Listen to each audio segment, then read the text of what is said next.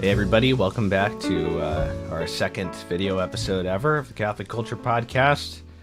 Today's guest is a Catholic comedian who, strangely enough, has a large audience in Pakistan, and that's the only teaser I'm going to give you because I don't actually know where this conversation is going to go, comparatively little to my usual episodes anyway. I've decided to leave it somewhat unplanned.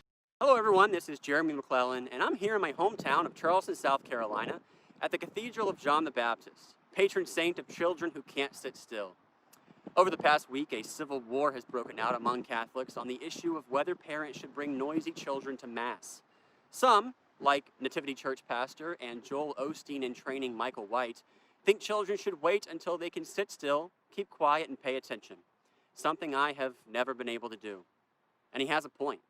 Because Mass is all about your experience. And you've worked hard all week to put food on the table for your dog. And when Sunday comes around, the last thing you want to hear is any sound that reminds you there's more to life. And the Bible itself is clear. God called Samuel while he was in a soundproof cry room. Jesus told his disciples, "Bring the well-behaved adults unto me." And who can forget the glory of Palm Sunday, as Jesus tiptoed into Jerusalem while children gathered in the temple courts to whisper, "Hosanna." That's why most experts suggest waiting until your kids are about 12 years old. That gives them a solid 5 years of Catholicism before they leave for college and become atheists. Until then, it's best to keep them out. If we all work together, we can help create a perfect environment for worship, an empty church, full of peace and quiet, where the priest can concentrate on what matters most, the sound of his own voice. And for those few churches that still persist in allowing children, modifications can be made to control the chaos, such as placing a fence the height of a small child between the altar and the nave, using incense to mask the smell of dirty diapers, kneeling while receiving the Eucharist to equalize the heights, and conducting the entire Mass in Latin, so children and adults have no idea what's going on. But whichever side you fall on, relax. The future is going to be fine. Another 50 years of this, and our buildings will once again be filled with big, welcoming families and the sound of little children learning to worship God. Because by then, they will all be mosques. From the Cathedral of St. John the Baptist, I'm Jeremy McLellan. Thank you for listening. Welcome, Jeremy. Thanks. Yeah, thank you for having me. So, have you ever noticed that comics who are anti-woke, with only a couple exceptions, I mean, who aren't grounded in Christ, basically, tend to be super, super dark? Yeah, I would say that. I mean, there's plenty of woke comics who are dark as well, but I think that Sure. Yeah, I guess you would have to wonder, did the anti-wokeness come first, or was there just like, are they just like contrarians, which is a fine thing for a comic to be, and then once you start seeing, because like being woke used to be sort of the contrary position to have. It was sort of but now it's got corporate sponsorships, and so the anti-wokeness, I think there's a lot of comics who are just they see it as the job of the comic of like the job of comedy to break down taboos and to challenge the powers that be. So if the powers that be are woke, or if they sort of find themselves on the business end of like a woke mob, then they could become anti-woke in that respect. Right. Yeah, I mean, it's also just kind of a lonely place to be, it's I'm thinking of somebody who's been anti-woke before that word even existed. Like I'm thinking of Nick DiPaolo as an example. Yeah. Nick is basically, I would describe him as like a non-religious Republican. Mm-hmm. The worst kind of Republican. Right. So I actually can't watch. I mean, I've tried to watch him, and he's so like bitter, and I don't know, his stuff comes off as so mean-spirited that I can't watch him. Not all of them are. Not all of the people I'm thinking of are necessarily mean-spirited. Yeah. But some that I've met that nobody would have heard of. But also, I I don't know. Tim Dillon's another good example of that, I think. Yeah, for sure. Tim Dillon, I should actually say here that for my audience, anytime I mention a comedian and even if I praise them, that doesn't mean I'm recommending that you go and listen to them. Just as a disclaimer. I mean, Tim Dillon's great. I mean, same here. I'm not going to tell some, little lady who listens to the podcast to go watch Tim Dillon, but no, I mean, there is and part of humor is saying something unexpected. So once something becomes like the company line or the sort of standard operating procedure of the culture, then it sort of loses its not necessarily like it loses its cachet among comics, but it creates an opening for comics who don't share that to come and then bust things down. And a lot of comedians see themselves, a lot of comedians are nihilists. They see the world as at its core corrupt, meaningless, and the job of comedy is to sort of be on the side of that chaos and to constantly break things down, and any kind of meaning that people find, make fun of it, or any kind of if people have sincerity or have genuine beliefs, then trash those, and they and so they don't necessarily know what to do with people who just have sort of undivided selves, like who are just sincere and speak clearly. Yeah, I mean, Tim at least tries to be a little bit humanistic at times. He certainly cares about people. I mean, he certainly cares about humanity. He's not someone who would relish like harm coming to people, but he definitely has a like the reason you watch him is just watching somebody smash like go into a china shop, like a bull in a china shop, and there's something really funny about that, and there's something that can be helpful about that, but that kind of sort of irony that tries to strip everything down and break things down isn't. I mean, I have found that to not be. I mean, it's not where I am personally with comedy, but it's also you have to watch yourself because you can lose yourself in that and get to the point where you don't know what you believe.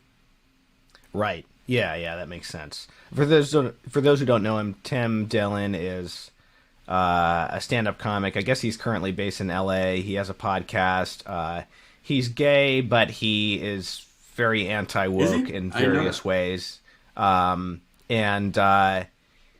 he's really good at, I don't know, he puts his finger on some of the like political and media dynamics. Maybe occasionally in a similar way to how Michael Malice does. Yeah. But he is very funny, but he can be pretty have a pretty dark imagination at times. Sure. Sam Hyde is like an even more, if you want to talk about like an agent of chaos, right. Sam Hyde is like that. I guess there's a certain similarity to when you're on Twitter and you see these people who identify as like traditionalists, but they're not actually Catholic. Some of them can be like really dark and nasty and like vulgar. Yeah, you know they hate the present, and but they don't have they don't have a project or anything they're trying to build or believe, and they don't have an institution that they like support, necessarily, and yeah, I mean they just are they're reactionary, and they aren't even trying to build like the reaction, like they aren't even trying to build to make the reaction happen necessarily. They just see themselves as like, well, we'll break everything down. We will, destroy all these idols necessarily, but destroying idols doesn't mean anything unless you have like the true God to replace it with. And there's people, like Bo Burnham is somebody who saw himself like consumed with irony and has talked about on podcasts how like it can't, like, that can't be the end of it. That can't be, you know, and I think that comedians are really important, but we are not we are in service to philosophy or theology or whatever, or like theologians. Like, I am in service to people who actually say what the truth is, right? And comedians are really good at pointing out lies. They're really good at humbling the proud, trashing people who think they're really important. Right. That's like and that is a good service to have. You know, like the jester is very important, but the jester is not the king. And this is why Trump kills, by the way. Yeah. Humbling the proud. Well, that's why Trump kills. Trump is like a jester who became the king. Right, and I don't think that's, there's some opportunity there. I mean, Trump is such a complex phenomenon, but I think that that's not a good place to be. It's not good for the jester to be the king. It's not a good. We can at least say that it's not a good sign about where we are. It's not, regardless of whether you think he was the best option at the time. Right, and he's smashing things, and if you have nothing else to live for, that's kind of exhilarating. But there's no guarantee that what comes after that will be good.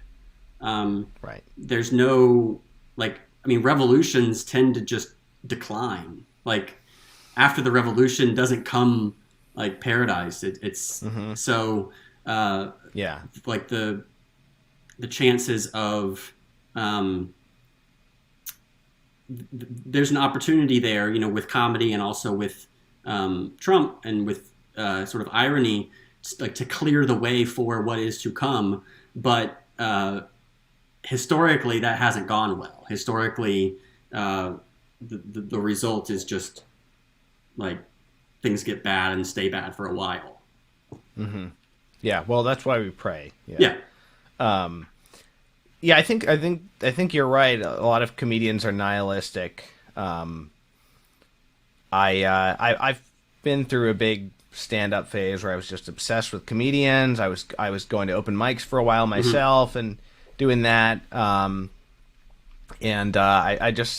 had an opportunity to observe what are some of kind of like the dogmas among comedians today. One of them is kind of like, the dogma of like comedy it's about truth, man. It's about being like honest and and then the other one is that anything is okay to get a laugh. Yeah.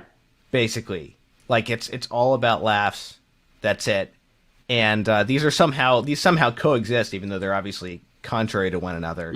But I heard a friend of mine once said this line, which is, he said, comedians are like the Central Intelligence Agency. Like the rules of decency and fair play, like only apply so long as they don't get in the way of the mission. Yeah, right. Which I thought was like such a perfect. I would say that. I mean, the mission is to get people to laugh, but I think that, what is it that makes people laugh? What is the... I think that is an interesting question where, obviously your goal as a comic is to make people laugh. I don't think you should try to have a mission and then try to make it funny, right? So you're gonna change people's minds about this, right? Or you're gonna, and then I need to make that fun. I feel like that's the Daily Show model a lot of times, is where they're like, how do I push this agenda? Right. But I think that it just comes out naturally as far as like, what do you think is funny? And for me, I think that people like, being surprised. I feel like that it's humbling to be surprised and to have a comic up there who's like funnier than you but who is in a way training you to see the world in like a comedic way, and I think that can be helpful. Sure, yeah. The comedy landscape has just been so, in the past, 3 or 4 years, has just been so decimated by wokeness. Yeah. I mean, on Twitter at least. I mean, I don't know. Well, I can say about the improv scene, for example. I mean, I'm in New York City. I took some classes at UCB. Enjoyed it way more than doing stand-up in my case. But UCB is, for people who don't know, it's like the biggest improv theater / school in the country. Basically, there's one in NYC, there's one in LA, and UCB in New York does not exist anymore. It basically destroyed it. This was before the pandemic. I mean, it basically destroyed itself through intersectionality. Just so many like different open mics for different like weird groups of like minorities or deviants that it just kind of imploded. And it was just kind of crazy to see that happen. So even though so many of the people who are rebelling against that in comedy are, degenerate, or even if they're free speech guys, and I've realized that I'm not really a free speech guy anymore. Well, I think I have to root for them. I mean, there's the landscape that you're describing, where like you see it as like perhaps inhospitable to your brand of comedy, but I mean, I feel like that's just another challenge where if it wasn't that, it would be something else, and your goal is to make the audience laugh. I mean, and the great success is going into a place that's, or that at least you see as inhospitable, or that isn't, tailored to your identity or your brand of comedy, and just destroying. I mean, and if you can't do that, I mean, like, I'm not saying it means that somebody's a bad comic if they have a bad night, but like if you're sort of trying to, unwinnable. I mean, if you aren't able to like go and perform for, a group of people that aren't like you at all, then and I think, I've learned that because I have a lot of Muslim fans, and I'm not Muslim, and I have performed in Pakistan, and I've performed for like Muslim organizations and Muslim festivals, and it is doing comedy on hard mode, because you aren't getting, people are suspicious, they're maybe a little bit tense, they don't know what you're going to say, and you have to really try to figure out, how do I ease them at the beginning, and how do I like how do I surprise them, how do I break taboos without like making them hate me, and there's an art to that, and I think there's a challenge to that. I mean, I think about Anthony Jeselnik was interviewed on being on like the whole woke scene or whatever, and he's not woke, but he's like, look, I don't want my job to be easy. I want it to be challenging, and so if there's all these minefields out there because of political correctness or whatever, that's fine with him. I mean, he's now he gets to do the mines. I mean, and dance around the mines and get good at that. And you can get really popular, and you can get famous by not being woke, but being able to make woke people laugh. I mean, that's kind of a I think that should be the goal for anybody right now. Right. Yeah, the comic's job to de-radicalize the audience. Yeah, or radicalize them a different way, or like at least humble them, because I mean, if they're in their own little bubble, then they're all pretty arrogant, and they think that the world is this way, and they, comic after comic after comic tells them what they want to hear, maybe. And then like, can you do it? Can you go up there and be yourself and be funny and not be like them? And if you can, that's great. I mean, I don't think people go to comedy shows like not wanting to laugh, or like wanting like, I'm just going to go and like sit there but I like, you can't have, as a comic, you can't have a sense of entitlement where like you're mad that they didn't laugh. Like it's kind of your fault. I mean, if you're a comic and the people didn't laugh, you have to take that on yourself a little bit. Right. And yeah, because otherwise you'll never get better, and you'll just be like, well, that, those people were whatever. Speaking of not laughing, did you ever enjoy doing open mics? I mean, obviously you enjoy doing comedy, but Yeah, because what's your opinion of open mics? No, I love open mics, and I think something really sad right now with the pandemic isn't necessarily the loss of comedy shows, but the loss of open mics, because there isn't that new group of people learning how to be funny on stage. And so instead, you have people who are, already got good and already know how to handle themselves on stage, doing stuff on the internet, and but the ramp to getting funny is gone now, and hopefully it'll come back. But a lot of places with open mics shutting down, and but no, I loved it, and I even liked bad open mics. I mean, what you have to have is you have to have a group of comics who think it's funny to fail, and who laugh at each other when they suck. And there's a kind of badge of honor with doing something interesting and outlandish, but really sticking your neck out, because that's how you find your voice. Is just playing around for a long time, and then you find out what you actually like, what resonates with people, what feels good to you. But yeah, I mean, I like even the really bad ones were great to me. My experience was that improv people are too generous with their laughter, and stand-up comedians are very stingy with it. Well, at the open mics I went to, people are they're there with their notepads. They're it's like a workshopping situation. Yeah. It sucks to perform just for other comics, because they're just exactly. They're analyzing it, and it's pretty hard to like really make me laugh, because I can see the mechanics of a joke, and so if I'm watching a standard comedian, I'm just seeing it all broken down. But if I'm watching, like improv, I think is really funny. But if I'm watching a comedian who's like just ridiculous or like super silly and like I don't even know what's gonna happen, that'll get me. That'll get in here. But if it's a standard comic who has the standard rhythms and punchlines and everything, then I'm just sitting there like, okay, that was funny. Yeah, that was funny. But not really like dying laughing. My friends over at Online Great Books are about to start a new enrollment period on October 13th. If you've always wanted to study the great books but haven't been able to get up the courage to do so on your own, this is a great way to finally do it. Online Great Books is a seminar program going through basically the whole Western canon, starting with Homer, going through, Plato, Aristotle, Augustine, Aquinas, Shakespeare, all that good stuff. I participated in this program for over a year, and I hope to resume my enrollment at some point. The program is designed for people who have jobs and families.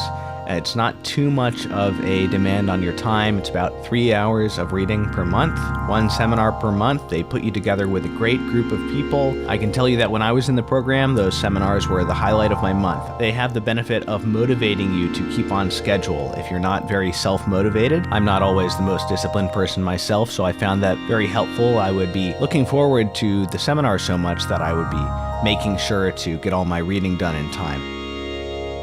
Oh, by the way, that sound you've been hearing is the sound of your mind expanding as you read Plato's dialogues.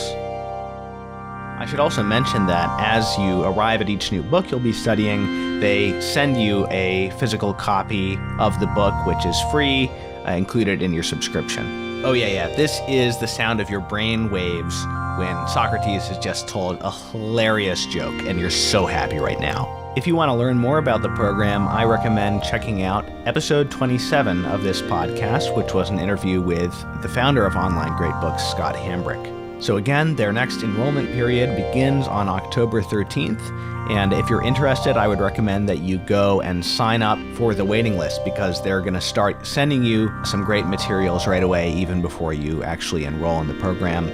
And when you do that, please use the referral link that I'll put in the show notes or video description here. If you use that link, you will get 25% off your first 3 months subscription fee, and you'll be helping us at Catholic Culture as well. Yes, so it's interesting. So I'm a musician, and my background is in jazz, so improvisation is kind of more my area, right? So when I started out, I started going to these stand-up open mics, and I would like come up with a joke. I'd be lying in bed at night, just like laughing at something I thought of, and then I would go up and I would feel like, this isn't funny. Like, I would go up there and I wouldn't have any energy. So at a certain point, 3 or 4 open mics into it, I realized like, oh, I have to like almost fake this energy as though I were coming up with this on the spot. Mm-hmm. But when I'm improvising, that energy comes out automatically because the creation is actually happening in the moment. So it's like this organic energy. Right. It's not good for the audience to realize that you're reciting something. Right. Exactly. And because, I mean, it's also why if you have a heckler, you have to stop and address them. You can't just try and barrel through, because if you barrel through, then suddenly people snap out of it. And they, because like any person would stop if somebody was yelling at them, right? So you have to just let it interrupt you. And if it ruins the joke, it ruins the joke. But if you try and barrel through the joke and just get the joke out and talk over them, then it's really clear to everybody that they're not, like, they don't even need to be there. Like, you could be performing for an empty room. And people like I think people like going to comedy shows because they feel like they are a part of something that just exists there.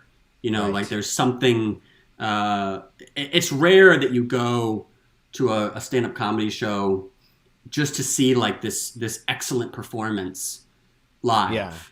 Like, no, you want there to be like something that happens. You want there to be, you want the comic to go off on a riff. You want them to mess up. You want them to, interact with the audience. You want them to like at least be there. And so, one thing that I like to do when I do comedy shows is like the first stuff I say has to be about the event, or either the event or something in the room or something that happened that day, right? Just so people could, and then try to seamlessly sort of like go into what I was going to say anyway. But I like, I think it grounds people and makes them feel like, okay, they're there, you're there, and they're not just watching, you aren't just pressing play and talking. And comedy it's funnier when you're in the room. I mean, I can think of a specific example. Todd Barry. I haven't seen that many stand-up shows in my life, but I did see Todd Barry at Caroline's in New York. Great, man. And my experience was that when I had listened to his recordings, I had seen him in shows and thought he was funny as a comic actor, but I listened to recordings and kind of like, like a oh, that's cute kind of thing. Right. But then when I saw him in person, it was really funny, and also he's great at crowd work. Yeah. So I saw it was him like on a great the crowd work tour a few times. That's great. Yeah, I have that the special. Yeah. So he was a great guy to see in person because he does some spontaneous stuff as well, and also his just like his low energy, his kind of like low key performance style. It comes across better, in my opinion, when you're in the room than when you're just listening to a recording. Yeah, for sure. So I had a bad time at the open mics, though. I mean, I was just sitting there listening to. I don't know if this is still a thing, but when I was doing it, every comic was doing like the same Tinder bits. Yeah. Like everybody was talking about Tinder and just like it was an excuse to talk about their sex life. And it was just awful to sit through. And at a certain point I just walked out. And then I started taking an improv class at UCB and I was like, "Oh, okay. This is so much." I didn't think it was like necessarily objectively more fun, but I think it's easier to enjoy even if you're not good at it. Yeah, for sure. Because and also you're not focused on the audience directly as much. You're focused on the other improvisers, so it's easier to like get out of your head because you're not like directly addressing the people you're intimidated by. Yeah, I mean, I think there's value in doing material that about subjects that everybody's talking about. I don't do that. Sure. I don't do, just because I also don't really pay attention to stuff that other people are talking about. So like I don't do Trump material really. And I mean, I have a few Trump bits, but like they're really not about Trump. And just because everybody does them. I mean, everybody, and I think there's a lot of people who are sick of them. And I mean, the reason they went to the comedy show was so they could go a few hours without hearing about Trump, because it's just like constant. And so, you know, I think that good comics have something else going on, sort of have like they're in their own little world, and there's something that there's stuff they're interested in or that they're thinking about, and you get to, and like instead of the comic sort of going to the audience and trying to meet the audience, like, hey, you guys are on Tinder, right? Let me tell you some jokes about Tinder. Instead, it's like, here's some stuff that you don't know anything about, and I'm going to bring you on board. Like, come on this journey with me. And I like that. I like comics where you go and you see them, and it's just an hour and a half about conspiracy theories, and like it's stuff that you have not even thought of, or like, and I think that can be really, really. I prefer that. I mean, there's nothing wrong with sort of meeting people where they are. Just depends on your style, but I always like the idea of going somewhere and being transported to that to that comedian's mind, and like seeing, okay, what is it like to be them? Yeah. Well, I think my one joke that I attempted about was something about Eastern European economic policy and the Desert Fathers. I think went a little too far in that direction. Yeah, that's not. I think some of my material probably would have done better with like not your Muslim audience, but a different Muslim audience. Well, you'd have to be like some of my stuff. I had a bit about how I didn't understand the whole jihad thing until I saw my first Super Bowl halftime show. Or and then you're on board with that. Well, I mean, like, just take the Desert Fathers. Like, I don't know how many bits about the Desert Fathers, but like, you could do a bit about the Desert Fathers, but you would have to start with something accessible, like, you know, it's. I used to have starting point should not be European economic policy. No, and it shouldn't be. Have you guys heard of the Desert Fathers? It should be. You know, I used to joke about how like it's much easier now to be a radical than it used to be. Like, as a Christian, like, it used to be you had to like try and blow up Parliament or something, like a radical Catholic, right? Like, blow up Parliament or burn a heretic or something. But now you just have to like go to mass, and that's being radical. You know, that's that's being an extremist. Like, it's very easy. The bar's never been lower. You know, back in the day, and then you could. I could see somebody like doing a thing and then starting to talk about like saints or the Desert Fathers or whatever, and like as just like an example of that.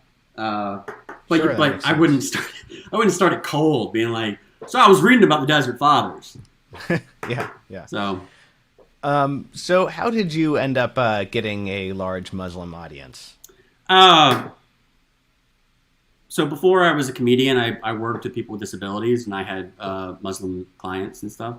And so when I became a comedian, I was telling stories about being like the caregiver to people who are Muslim, or like the friends that I had who were Muslim. And it sort of went viral online, and I got booked to do some events. And word travels fast within the Muslim community, especially in the US and the UK. And so people liked that I was sort of in the know and was a quick study of what people are like, and but not Muslim. And so there was sort of like that outsider perspective that they enjoyed. And then I did a tour of Pakistan a few years ago, and sort of got on all the news channels there, and that's like that's a pretty good short version of that. And then I became Catholic 2 years ago. I was a Protestant before that, but I became Catholic 2 years ago. And part of that was my interactions with Muslims, where I was sort of trying to figure out where Christianity had gone wrong and what the and so that led me to Catholicism, and now here I am.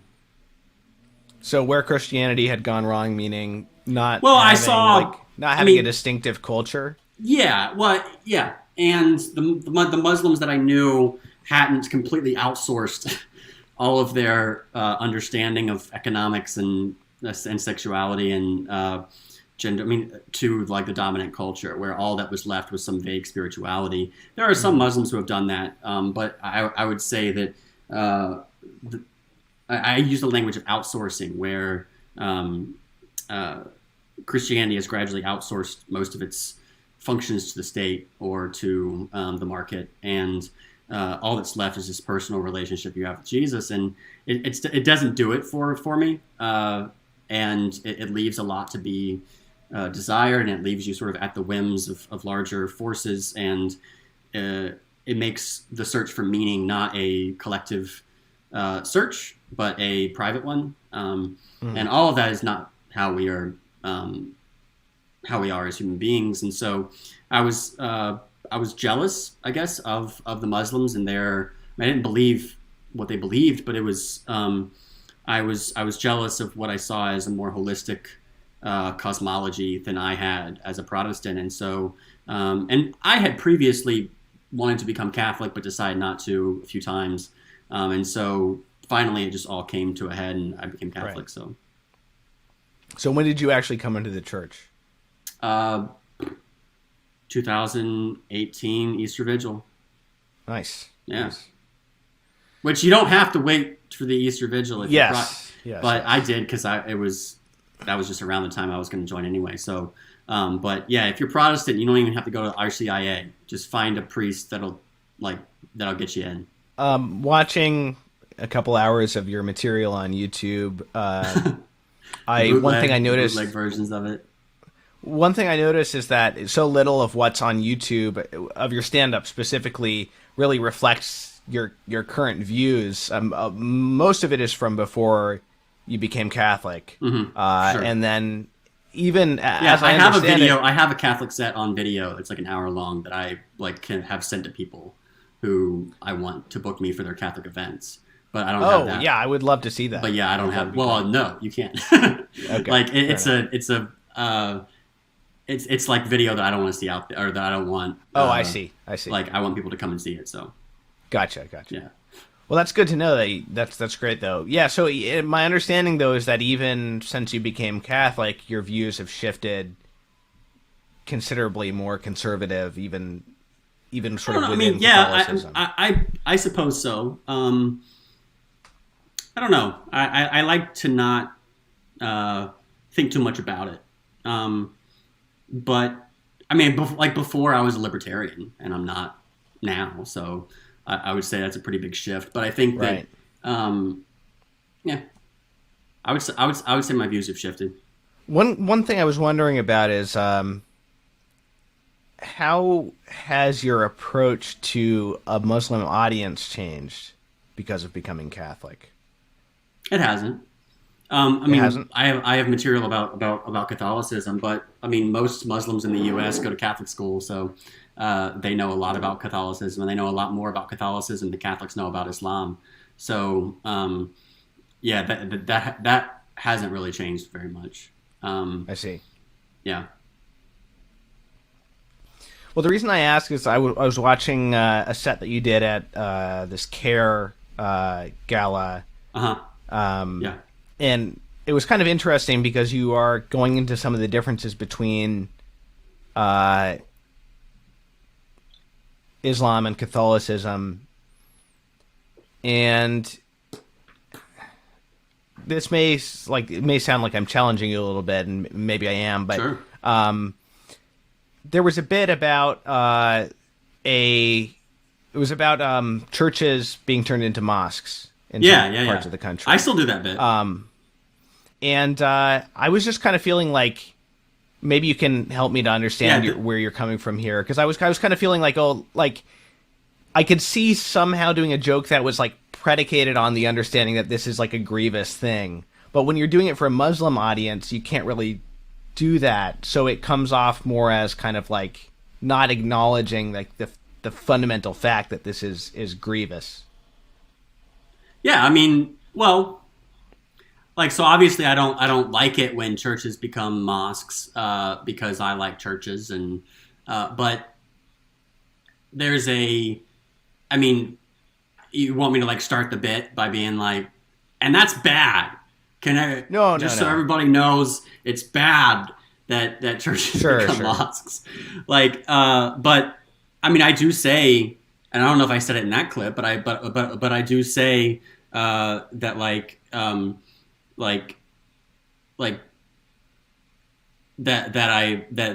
mean, I do make it clear that like obviously I don't think that that's good, but at the same time, like Christians get mad at that, but then they didn't go to church, right? So like when a church becomes a mosque, there's all these protesters who show up and everything, and it's like, well, if you had come on Sundays, like we wouldn't have had this problem, right? And so like any kind of thing like that, I see as judgment on the church, but it's not like there's this really well attended church and then the Muslims come and take it over.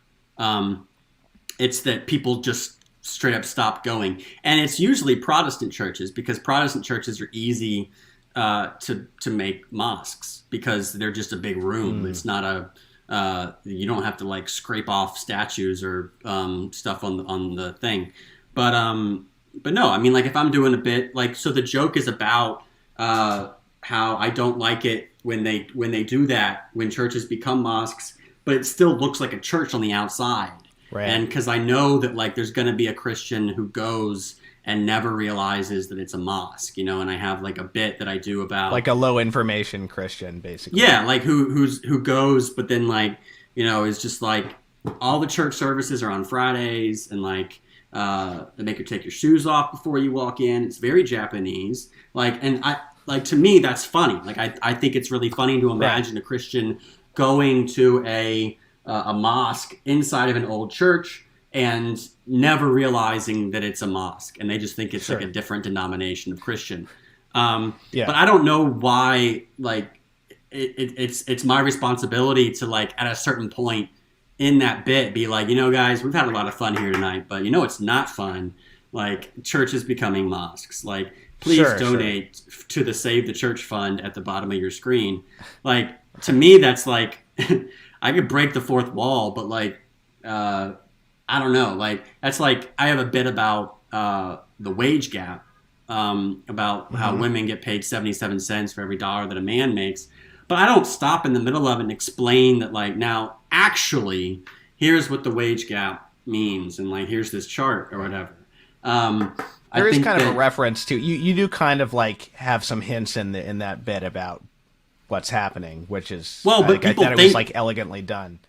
People think that there's hints in there, but I think for the most part they're projecting, because people come up to me, like feminists come up to me saying they love the bit because it's such a great feminist bit drawing attention to the wage gap. And then I have people who are anti-feminists come up to me and say it's really good that I showed those feminists, and it's the exact same bit. So right. I think that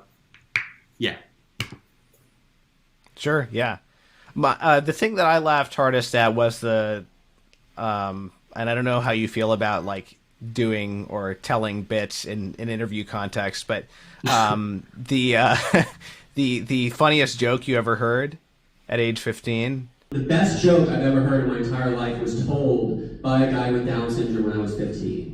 And so I worked in Charleston at a camp out on Wadmalaw Island, a camp called Camp Star of Hope. It was a camp for mentally disabled adults, and they all went up there. We hung out all summer, and it was awesome. And there was another guy who worked at the camp who was not a very nice guy. He wasn't abusive or anything. He was just really rude to the clients, and like no one liked him. And so my brother, who also worked at the camp, and I, just every summer, we would just mess with this guy. We would lie to him, we'd play jokes on him. And one summer, it was a beautiful time, we got the perfect chance to mess with this guy, because one day he got bitten on his arm by a guy with Down syndrome.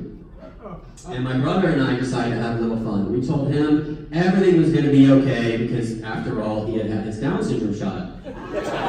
And he was like, I haven't had my Down syndrome. We're like, you haven't had your Down syndrome shot? It's on the list of inoculations you have to get in order to work at the camp. There's the Down syndrome shot, there's the autism vaccine, which causes polio, I hear.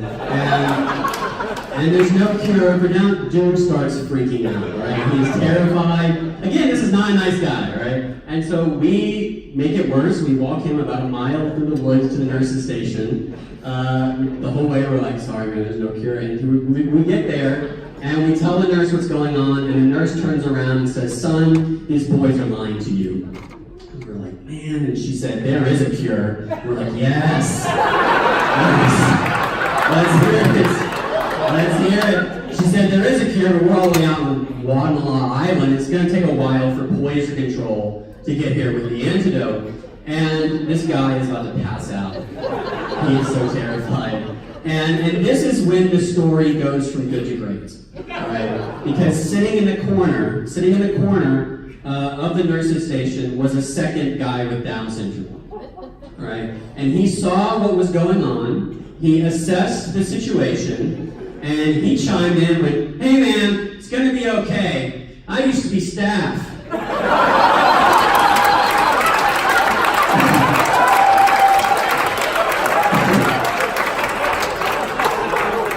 And just time stopped. And we're like, what? In the room, he's like fake consoling the guy. He's like, you get used to it. It's not a bad life. You get to go to camps. It's great. And of course, just like you, we burst out laughing, and that was the end of that. Like, we ruined it, the whole thing. But that, to this day, that is the best joke I've ever heard in my entire life. Told by a guy with Down syndrome when I was 15. Yeah, it's a fantastic I like that because story. it flips around, and it takes people by surprise, and it's not malicious, and people tend to back away from that joke if I put it early in the set, because if people don't know me and they just know I'm a comic, and suddenly I'm starting to talk about a guy with Down syndrome, suddenly like they'll tense up, and I can sense it because they are expecting me to be vicious or expecting it to be like a joke about disabled people. But if I get them to like me first, then they'll relax and let me tell that joke. So. Right. Yeah. No, it's a fantastic story. And I think I heard you say in another interview that sometimes people are uncomfortable with that kind of stuff because they're just uncomfortable. Like, they're uncomfortable when I mention Down syndrome. Yeah. Yeah. And so if you do mention it, it has to be with all this like gravity and seriousness. Like, right. Like, you can't just accept it as a part of reality and like laugh about it like anything Sarah else. McLellan has to be on the has to be singing something in the background. And because they don't think that people with Down syndrome can be funny, or that they can be irreverent or like interesting or anything, and that therefore if someone mentions them, like it makes them uncomfortable. But the and they say that it's because you're being offensive, but the reality is that they're actually just uncomfortable with the existence of people with Down syndrome. I had a bit about people, being offended by the word retarded, but then, being in favor of aborting, babies with Down syndrome. How did that joke go over? Did people like that? Well, it's hard to tell because none of my jokes were going over. So yeah. I don't know if that one was any more. I mean, I do think it's funny. Like, I don't say the word retarded a lot, but like, I do. It is interesting to me that like the correct term for those people is like person with an intellectual disability, which is a phrase that no one with an intellectual disability has ever said. Like it's the term that they are supposed to be called. It's the only correct term for them. Zero of them say that they are a person with an intellectual disability. Like at least the ones that I worked with. So it's a bizarre. It's like Latinx, right? Where it's like it's the only correct term for them, but like no one who's Latino says Latinx, and so it's like, is this just something you made up? Like just to, it's just who can be more woke or whatever, and like, but I mean, like, you shouldn't, I guess, call people things that will offend them, and people who are intellectually disabled generally do not like the word retarded. That's why I don't say it, except on this podcast. But I think that it's interesting, like, because they don't even describe, most of the people that I've worked with don't describe themselves as part of one group, like as if they're all this, like, I mean, like, I feel like mental disability, intellectual disability, retarded or whatever is almost like saying people of color.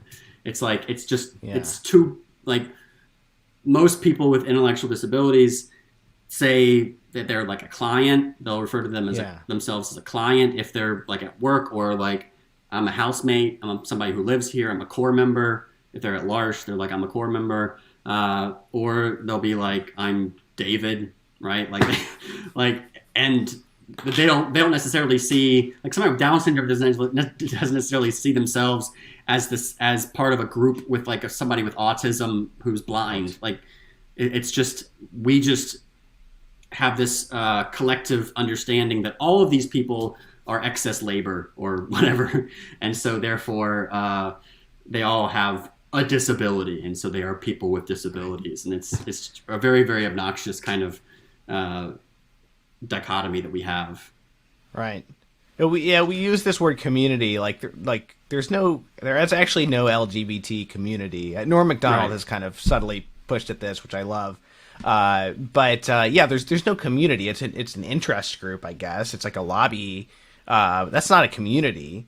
There could be I'm sure there are interest groups or lobbies for people with disabilities, but that's not the same as a community either. They're part of the community that they're part of. But usually it's narrowly, it's like blind, like Association for the Blind or Deaf, or or fixed around like one kind of tactic.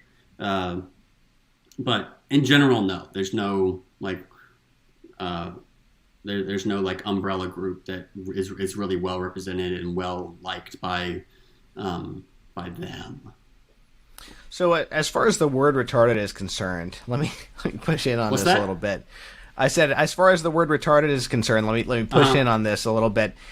I understand that, like, it's like what St. Paul says, like, if something that's even like morally neutral causes my brother to stumble, I'm going to avoid doing it, right? At the same time, when like there's no end to the words that you're not allowed to say and it keeps changing, somebody has to stop somewhere. Owen Benjamin, who was a comedian who became conservative and then unfortunately just seems to have had a complete breakdown and became like a total anti-Semitic conspiracy theorist and stuff.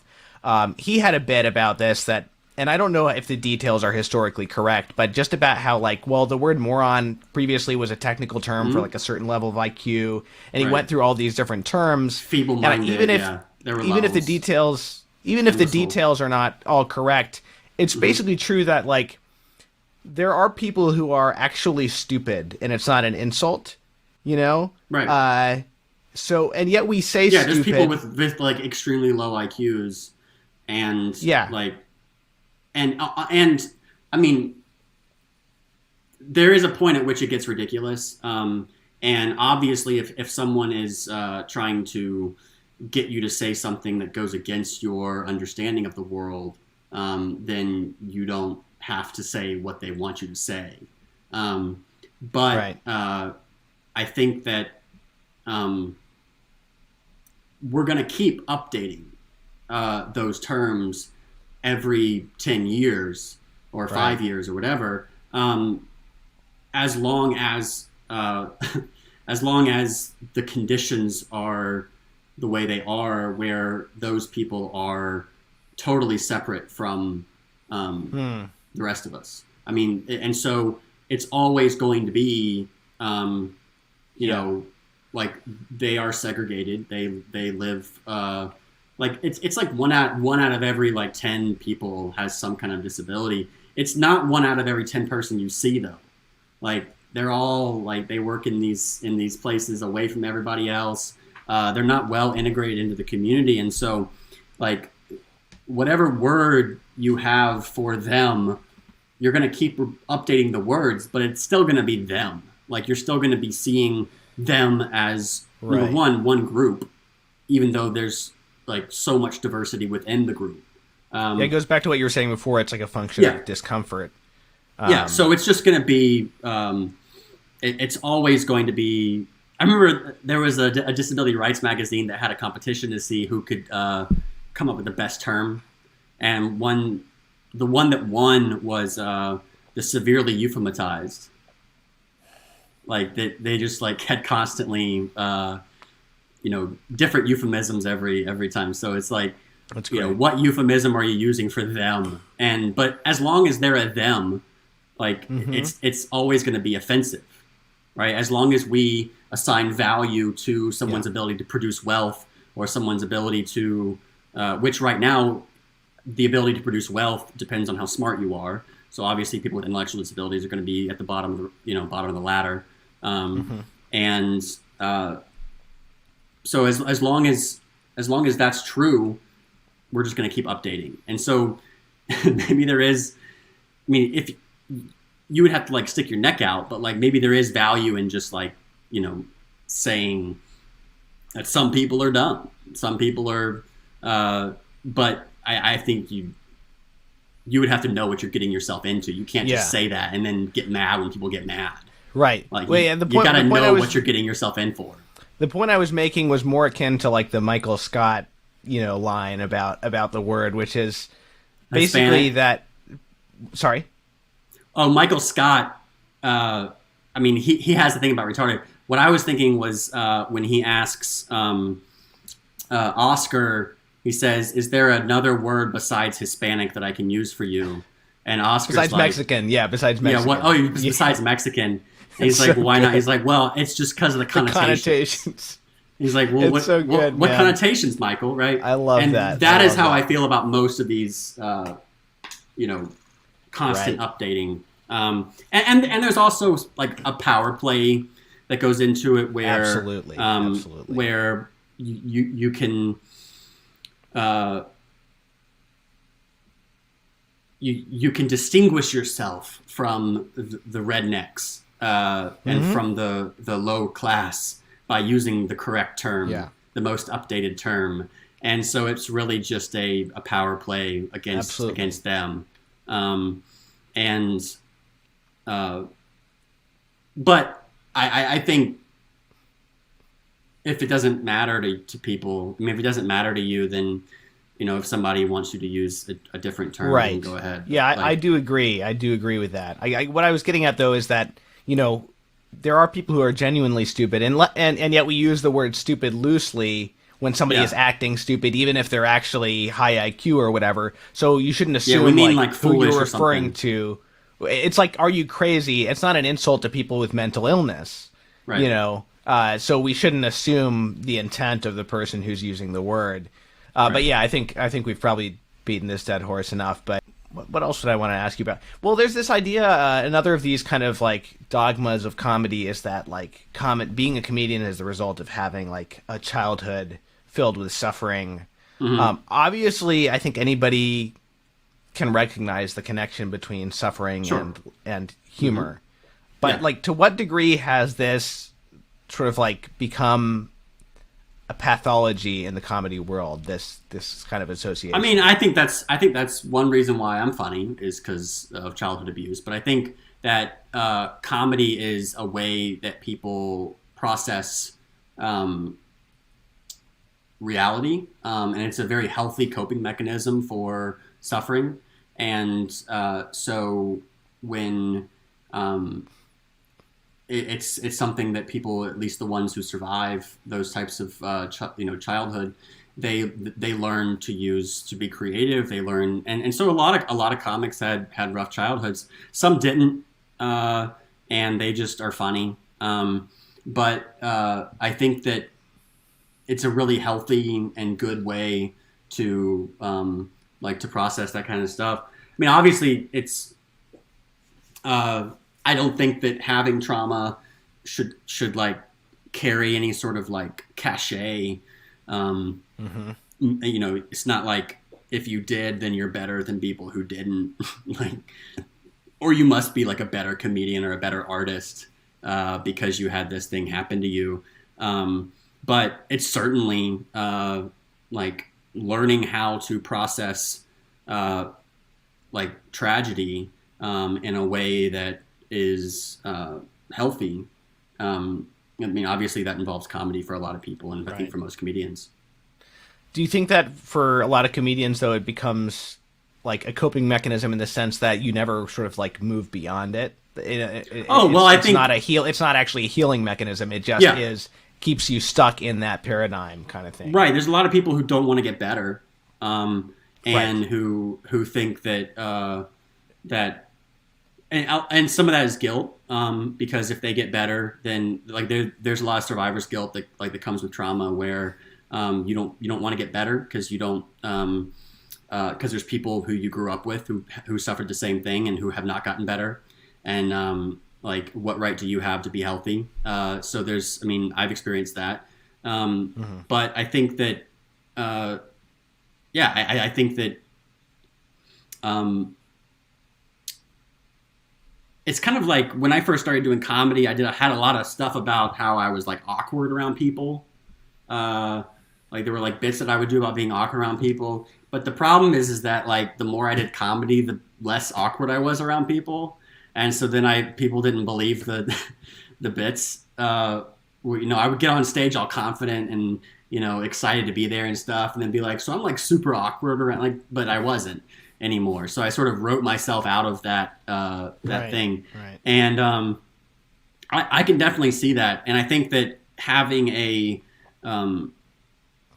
mental illness or having suffered trauma can be, and I would never want to accuse any individual person of this, but having that can be kind of, it can definitely get you attention. And it can definitely, if you're not disadvantaged in any other way, it can make you, finally you're in the intersectional, like you're in there, you have some sort of suffering that you've experienced, and it can become an identity, right? So, any sort of mental illness can become an identity, and then, well, what happens when you get better? Then who are you? And I think that's a real struggle that a lot of people have with, they sort of are comfortable with their depression, where it's like, it's almost nice to have, and then when they're happy, they feel guilty or they feel bad. Yeah. So that's one of the scary things about being a fallen human being, is that the degree to which we I'm not just talking about like, LGBT type stuff, but we identify ourselves with if we're not identifying ourselves with our sins, sometimes we're identifying ourselves with at least our pathologies or things that are a result of sin, if not sinful in themselves. Mm-hmm. Right. And it's or we think that that's what makes us interesting. Right. And the media doesn't really help with that, because anything broken is more interesting than something that's good. Seemingly, I think that is definitely a real danger. Where definitely when it comes to sin, where we think that that's what makes us who we are. I'm just a jerk, right? I'm just mean to people, right? And so then, like, what if you actually became more gentle with people? Like, oh, well, then I'd lose my personality. Like, maybe don't identify so much with being a jerk. Totally. Like, because I've often had this, like, prided myself on my ability to be just like, to just have no filter, and I think a lot of comedians are like this, even though I'm not a comedian. To just like sort of like let loose in social situations and like sort of not express my opinions and not care, or just act weird and like get a laugh and like not have inhibitions. But sometimes it's more charitable to sort of smooth off the rough edges a little bit when you first meet someone, or what if you went to a party and you were just another person there? Exactly. Like that would be the worst thing in the world if you were just some other person who was there, like who just participated in the common life of the world. Like that's the desire to be special is really dangerous. I was at a party recently with a comedian. Instead of the desire to connect. Yeah, I was at a party recently with a comedian, and he was like killing. And I enjoyed it, and then afterwards you're like, all right, should he have been killing the entire time? Like, that's not out of fair, like a jealousy thing, but just like just should you just be like on as a comedian all the time? No, that's not know? fair. That's not fair to other people. Like, Yeah. that's I feel like that's I mean, yeah, it's you're using a skill which you shouldn't. You know, you got to hold back a little bit, I think.